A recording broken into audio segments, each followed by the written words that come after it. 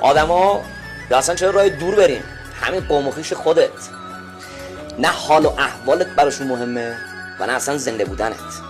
ولی اگه بفهمن که فوت کردی صف میکشن تا خاکت کنن. خیلی عجیب غریب زمانه بعدی شده و اینطوری هم شده دیگه، کاریش نمیشه کرد.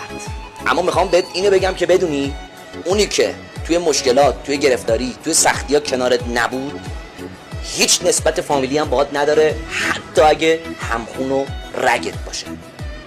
خیلی حواست به آدمای دور و برت و به اطرافیانت باشه. حافظ علیه رحمه یه شعری داره، همچین خالی از لطف هم نیست، خیلی هم شنیدی، میگه من از بیگانگان دیگر ننالم که با من هر چه کرد آن آشنا کرد.